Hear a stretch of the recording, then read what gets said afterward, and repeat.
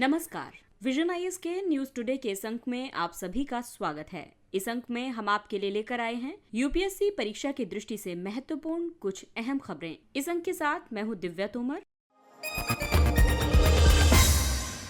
आइए सबसे पहले जानते हैं इस अंक की हेडलाइंस के बारे में। दूरसंचार विभाग बौद्धिक संपदा अधिकारों को बढ़ावा देने वाले एक रणनीतिक रोड मैप पर विचार कर रहा है। विश्व बैंक के अनुसार सेंट्रल बैंक डिजिटल करेंसी वित्तीय स्थायित्व के समक्ष खतरा पैदा कर सकती है। आयुष्मान भारत डिजिटल मिशन राष्ट्रीय स्वास्थ्य प्राधिकरण राष्ट्रीय डिजिटल स्वास्थ्य तंत्र के निर्माण के लिए अभिनव समाधानों पर विचार कर रहा है। संयुक्त राष्ट्र के अनुसार पूर्व चेतावनी प्रणाली को उपयोग शुरू होने के 5 वर्ष के भीतर सभी की रक्षा करने योग्य होना चाहिए। भारतीय डेयरी उत्पादों का निर्यात $500 मिलियन को पार करके 8 वर्षों के उच्चतम स्तर पर पहुंच गया है और पेरिस में भारत फ्रांस के बीच द्विपक्षीय रक्षा सहयोग पर वार्ता संपन्न हुई। और आइए अब खबरों पर विस्तार से चर्चा करते हैं।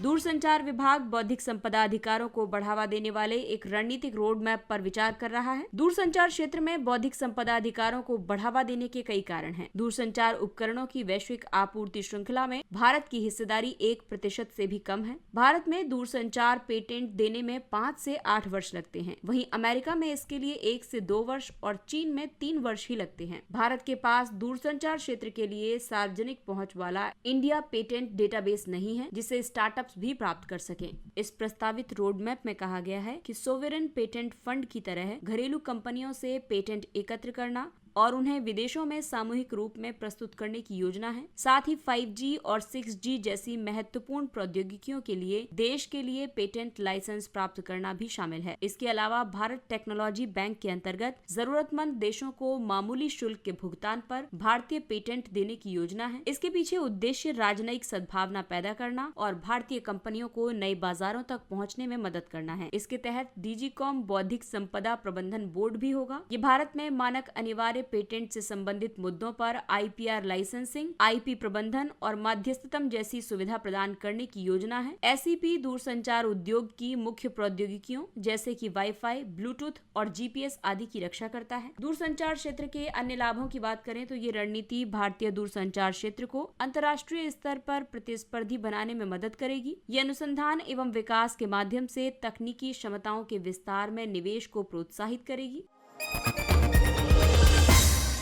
विश्व बैंक के अनुसार सेंट्रल बैंक डिजिटल करेंसी वित्तीय स्थायित्व के समक्ष खतरा पैदा कर सकती है। विश्व बैंक के मुताबिक CBDC यानी सेंट्रल बैंक डिजिटल करेंसी की शुरुआत कई क्षेत्रों के लिए खतरा उत्पन्न कर सकती है, जैसे कि वित्तीय स्थायित्व, वित्तीय सत्यनिष्ठा या ईमानदारी, डेटा सुरक्षा और निजता। इसके अलावा साइबर खतरों से निपटने की क्षमता के समक्ष ये खतरा उत्पन्न कर सकती है। साथ ही ये कानूनी और विनियामक ढांचे के समक्ष चुनौती पैदा कर सकती है तथा केंद्रीय बैंकों की जिम्मेदारी को बढ़ा सकती है। इसके अलावा सीमा पार लेन देन के माध्यम से मुद्रा प्रतिस्थापन होने की भी आशंका है। सेंट्रल बैंक डिजिटल करेंसी केंद्रीय बैंक द्वारा डिजिटल रूप से जारी एक वैध मुद्रा है। ये फिएट मुद्रा के समान है। फिएट मुद्रा के साथ इसका विनिमय किया जा सकता है, केवल इसका रूप अलग है। CBDC को डिजिटल रूप से सृजित किया जा सकता है। इसे केंद्रीकृत या विकेंद्रीकृत खाता बहियों में रिकॉर्ड किया जा सकता है। आइए अब बात करते हैं CBDC के प्रकारों की। थोक CBDC इस तक पहुँच और इसका परिचालन पहले से तय एजेंटों के कुछ विशेष वर्गों तक ही सीमित होता है। इसके अलावा खुदरा या सामान्य उद्देश्य CBDC तक पहुंच, इसका परिचालन आम जन सहित एजेंटों के व्यापक वर्गों के लिए खुला होता है।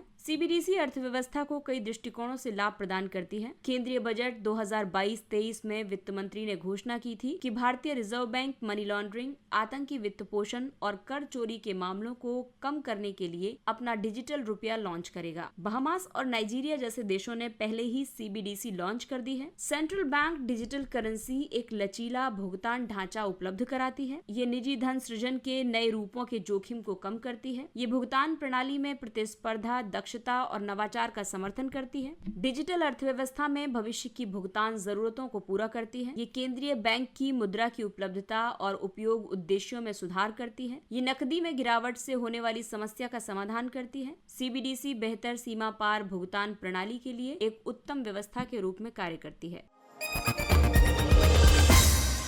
और अगली खबर स्वास्थ्य क्षेत्र से जुड़ी हुई है।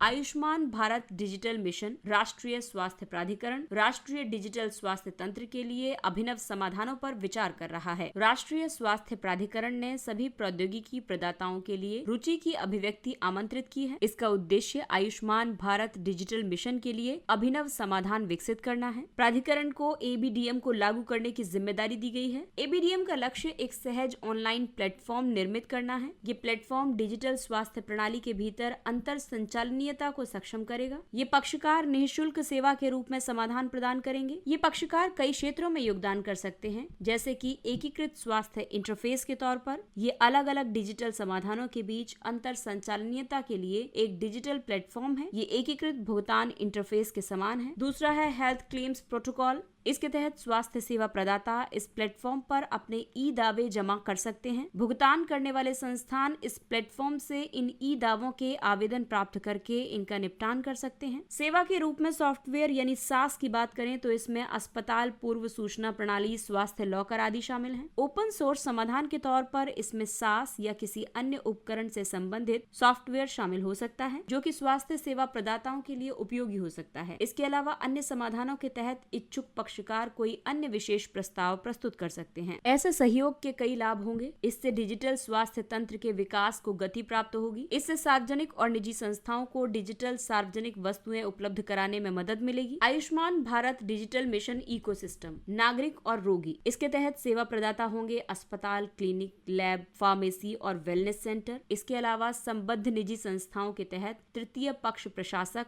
और बीमा कंपनियां तथा स्वास्थ्य प्रौद्योगिकी कंपनियां शामिल होंगी। वहीं स्वास्थ्य देखभाल पेशेवरों के तहत डॉक्टर, आधुनिक चिकित्सा व आयुष और अन्य प्रैक्टिशनर्स शामिल होंगे। गैर लाभकारी संगठनों के तौर पर विकास भागीदार या गैर सरकारी संगठन और एसोसिएशंस होंगे। वहीं प्रशासक के तहत विनियामक और कार्यक्रम प्रबंधक होंगे और नीति निर्माता के तौर पर केंद्र सरकार तथा राज्य सरकार होगी। अगली खबर जलवायु परिवर्तन और इसके प्रभावों से जुड़ी हुई है। संयुक्त राष्ट्र के अनुसार पूर्व चेतावनी प्रणाली को उपयोग शुरू होने के 5 वर्ष के भीतर सभी की रक्षा करने योग्य होना चाहिए। UN के एक लक्ष्य के मुताबिक अगले 5 वर्षों के भीतर पृथ्वी पर हर किसी को तेजी से बढ़ती चरम मौसमी घटनाओं और जलवायु परिवर्तन के विरुद्ध पूर्व चेतावनी प्रणाली के माध्यम से सुरक्षा प्रदान की जानी चाहिए। ये घोषणा विश्व मौसम विज्ञान दिवस के अवसर पर की गई थी। विश्व मौसम विज्ञान संगठन को इस लक्ष्य को प्राप्त करने के प्रयासों का नेतृत्व करने के लिए कहा गया है। साथ ही इस लक्ष्य की प्राप्ति के लिए एक कार्य योजना भी प्रस्तुत करने का कार्य सौंपा गया है। एक विश्वव्यापी EWS स्थापित करने के लिए अगले 5 वर्षों में $1.5 अरब के निवेश की जरूरत है। EWS जलवायु परिवर्तन के लिए एक अनुकूलन उपाय है। ये समुदायों को जलवायु संबंधी जोखिम पूर्ण घटनाओं से निपटने के लिए तैयार करने में मदद करने के लिए एकीकृत संचार प्रणालियों का उपयोग करती है। वर्तमान में विश्व की 1/3 आबादी पूर्व चेतावनी प्रणाली के दायरे में नहीं आती है। यह आर्थिक नुकसान को कम करने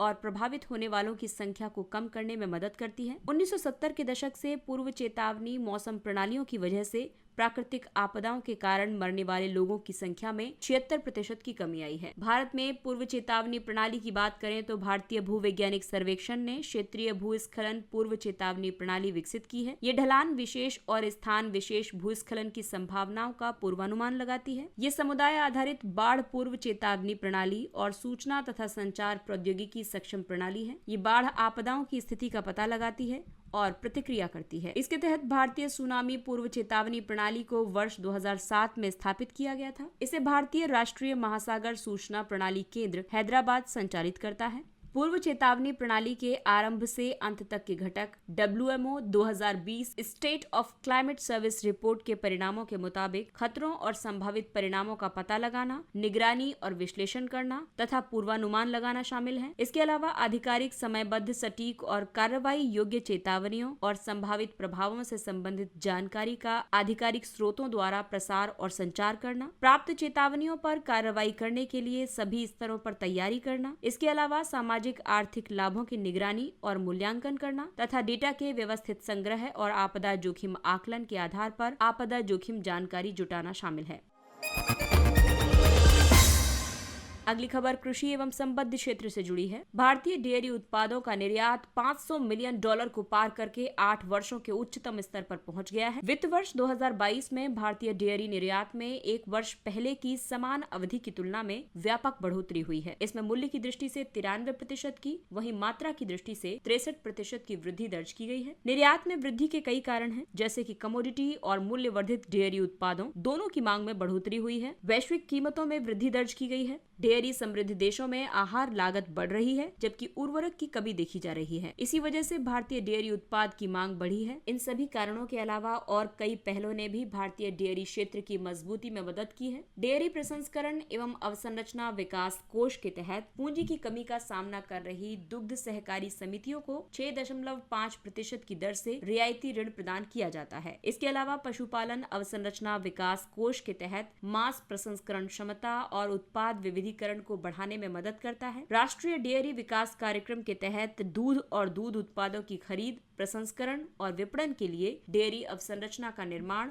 और उन्हें मजबूत करने में मदद की जाती है। किसान क्रेडिट कार्ड के माध्यम से पशुपालक किसानों को बैंकिंग प्रणाली से पर्याप्त और समय पर ऋण सहायता प्रदान की जाती है। इसके अलावा खाद्य प्रसंस्करण उद्योग के लिए उत्पादन से संबद्ध प्रोत्साहन योजना के तहत मोज़रेला पनीर के निर्माण को प्रोत्साहित करने के लिए इसकी घोषणा की गई है। पशुपालन क्षेत्र में स्वचालित मार्ग से 100% प्रत्यक्ष विदेशी निवेश की अनुमति दी गई है। दुग्ध उत्पादन में भारत का पहला स्थान है। दूध के कुल वैश्विक उत्पादन में भारत की हिस्सेदारी 20% है। इसमें 8 करोड़ लोगों को रोजगार प्राप्त है।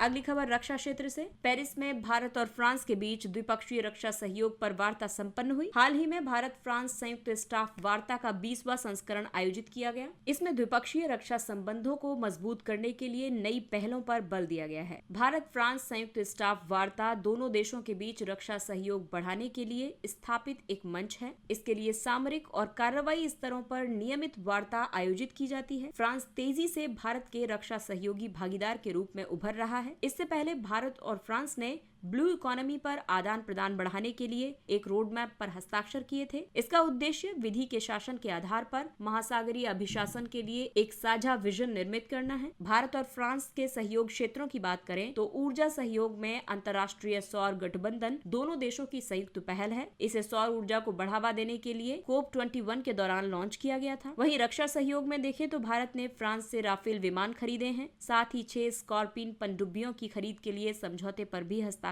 किए हैं। ये 6 पनडुब्बी P-75 प्रोजेक्ट के तहत ली जाएंगी। इसके अलावा दोनों पक्ष 3 द्विवार्षिक संयुक्त सैन्य प्रशिक्षण अभ्यास भी आयोजित करते हैं, जैसे गरुड़ द्विपक्षीय वायुसेना अभ्यास है, वरुण द्विपक्षीय नौसेना अभ्यास है और शक्ति द्विपक्षीय थल सेना अभ्यास है। अंतरिक्ष सहयोग की बात करें तो भारत के पहले मानव अंतरिक्ष मिशन गगनयान में सहयोग के लिए एक समझौते पर हस्ताक्षर किए गए हैं। वहीं असैन्य परमाणु सहयोग के तहत दोनों देशों ने वर्ष 2008 में एक असैन्य परमाणु समझौते पर हस्ताक्षर किए थे। इसके अलावा भू सामरिक दृष्टि से दोनों देशों ने एक स्वतंत्र और नियम आधारित हिंद प्रशांत क्षेत्र सुनिश्चित करने के लिए प्रतिबद्धता व्यक्त की है। और आइए अब आपको बताते हैं भारत और फ्रांस संबंधों के बारे में संक्षिप्त विवरण। दरअसल दोनों देशों के बीच परंपरागत रूप से घनिष्ठ और मैत्रीपूर्ण संबंध रहे हैं। वर्ष 1998 में दोनों देशों ने अपने संबंधों को रणनीतिक साझेदारी तक बढ़ा दिया था। दोनों देश एक बहुध्रुवीय विश्व व्यवस्था का समर्थन करते हैं। फ्रांस संयुक्त राष्ट्र सुरक्षा परिषद की स्थायी सदस्यता के लिए भारत के दावे और संयुक्त राष्ट्र में सुधारों के संबंध में भारत की मांगों का समर्थन कर रहा है।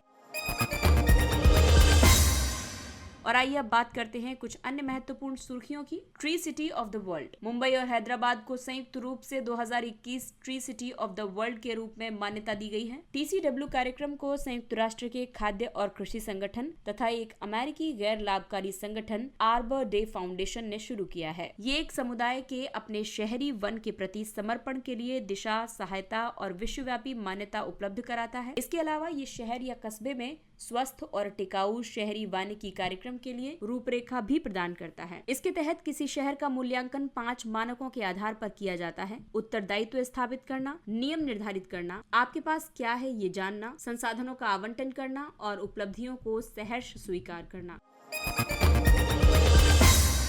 शेंगेन क्षेत्र।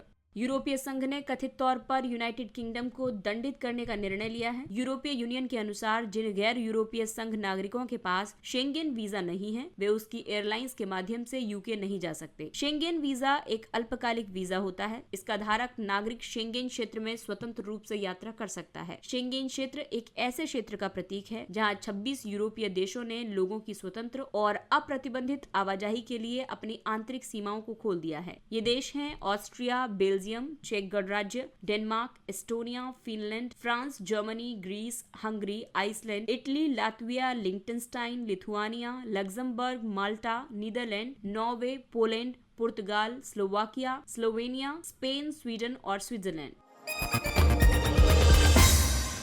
भारत में कोयले से नवीकरणीय ऊर्जा की ओर संक्रमण को बढ़ावा देने के लिए कौशल कार्य योजना। इस योजना में कहा गया है कि भारत को अपने कोयला खदान श्रमिकों को पुनः कौशल विकास के लिए एक मजबूत कार्य योजना की आवश्यकता है। साथ ही पारंपरिक ईंधन के स्थान पर नवीकरणीय ऊर्जा को अपनाने की दिशा में भी बढ़ना है। कोयला खदानों से 7,25,000 से अधिक प्रत्यक्ष रोजगार और कई अप्रत्यक्ष रोजगार सृजित होते हैं। इनमें से अधिकतर ब्लू कॉलर श्रमिक हैं। इन्हें समय के साथ नवीन कौशल प्रदान करके कुशल बनाने की जरूरत है। एक अनुकरणीय न्याय संगत संक्रमण ढांचे के विकास पर ध्यान केंद्रित करना जरूरी है। जिलों या राज्यों द्वारा इसका उपयोग ये सुनिश्चित करने के लिए किया जा सकता है कि प्रभावित कोयला खदान श्रमिकों की आजीविका बाधित न हो।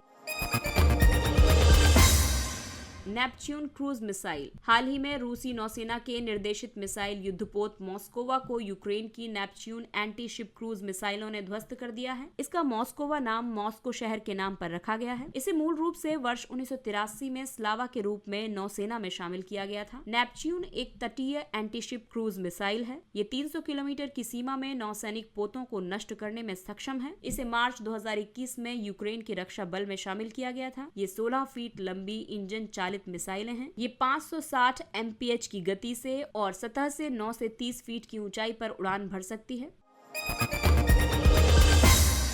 खालसा पंथ। प्रधानमंत्री ने खालसा साजना दिवस के विशेष अवसर पर सिख समुदाय को बधाई दी है। ये दिवस खालसा पंथ की स्थापना की वर्षगांठ के रूप में मनाया जाता है। खालसा शब्द का मतलब है संप्रभु या स्वतंत्र। इसी दिन वर्ष 1699 में सिखों के 10वें गुरु गोविंद सिंह जी ने खालसा पंथ की स्थापना की थी। ये अनुयायियों को ये सिखाने के लिए स्थापित किया गया था कि कोई भी अनुष्ठान या अंधविश्वास सर्वशक्तिमान ईश्वर से ऊपर नहीं है और किसी को भी अंधविश्वास में नहीं पड़ना चाहिए। चेन्ना केशव मंदिर। कर्नाटक के बेलूर में 900 वर्ष पुराने चेन्ना केशव मंदिर में रथोत्सव की शुरुआत मौलवी द्वारा कुरान पढ़ने के बाद सामंजस्यपूर्ण परंपरा के साथ हुई। हालांकि इस परंपरा की उत्पत्ति कैसे हुई ये तथ्य ज्ञात नहीं है। इस मंदिर का निर्माण 12वीं शताब्दी की शुरुआत में होयसल शासक विष्णुवर्धन ने करवाया था। सेलखड़ी से बना ये मंदिर विस्तृत रूप से अलंकृत है। विजयनगर शैली में निर्मित ये मंदिर गोपुरम के साथ एक प्राकार से घिरा हुआ है। मंदिर एक मंच या जगती पर निर्मित है और एक विशाल मंजूषा जैसा प्रतीत होता है। माधवपुर मेला। ये एक धार्मिक सांस्कृतिक मेला है। ये गुजरात के पोरबंदर तट के एक गांव में माधवपुर में प्रत्येक वर्ष आयोजित होता है। मेला रामनवमी से शुरू होता है और त्रयोदशी पर समाप्त होता है। मेले में लगभग 4000 वर्ष पहले हुए रुक्मिणी के साथ भगवान कृष्ण के विवाह को उत्सव के रूप में मनाया जाता है। रुक्मिणी वर्तमान अरुणाचल प्रदेश के राजा भीमक की पुत्री थी। इस तरह से मेला देश के पश्चिमी भाग के साथ पूर्वोत्तर के सांस्कृतिक संबंधों को दर्शाता है। गाँव में भगवान कृष्ण और रुक्मिणी के अनेक मंदिर हैं। इनके बारे में माना जाता है कि इन्हें 15वीं शताब्दी में बनवाया गया था। और आइए अब बात करते हैं सुर्खियों में रहे स्थल के बारे में। सोलोमन द्वीप, जिसकी राजधानी है होनियारा। हाल ही के एक दस्तावेज से पता चलता है कि सोलोमन द्वीप और चीन अभूतपूर्व स्तर के सुरक्षा सहयोग के लिए एक समझौते पर सहमत हुए हैं। सोलोमन द्वीप मेलानेशिया में एक द्वीपीय राष्ट्र है। ये दक्षिण पश्चिमी प्रशांत महासागर में स्थित है। ये भौगोलिक रूप से पृथ्वी के दक्षिणी और पूर्वी गोलार्ध में स्थित है। इसके पड़ोसी देश पापुआ न्यू गिनी के दक्षिण पूर्व में और वानुआतू के उत्तर पश्चिम में स्थित है। इसकी भौगोलिक विशेषताओं की बात करें तो यहाँ पर्वत, सघन वनाच्छादित ज्वालामुखी द्वीप और कुछ निचले कोरल एटॉल शामिल हैं। इसका उच्चतम बिंदु है माउंट पोपो मेनसेउ और निम्नतम बिंदु है प्रशांत महासागर। इसके साथ ही ये अंक समाप्त होता है। अगले अंक में फिर मुलाकात होगी कुछ अन्य महत्वपूर्ण खबरों के साथ। तब तक अपना ख्याल रखिए, सुरक्षित दूरी बनाए रखिए, मास्क पहनिए, हाथ और चेहरा साफ रखिए और अगर आपको हमारा कंटेंट पसंद आ रहा है तो इसे लाइक, सब्सक्राइब और शेयर करें। और इसी अपील के साथ विजन IAS की पूरी टीम आपसे इजाजत लेती है। नमस्कार, थैंक्स फॉर लिसनिंग।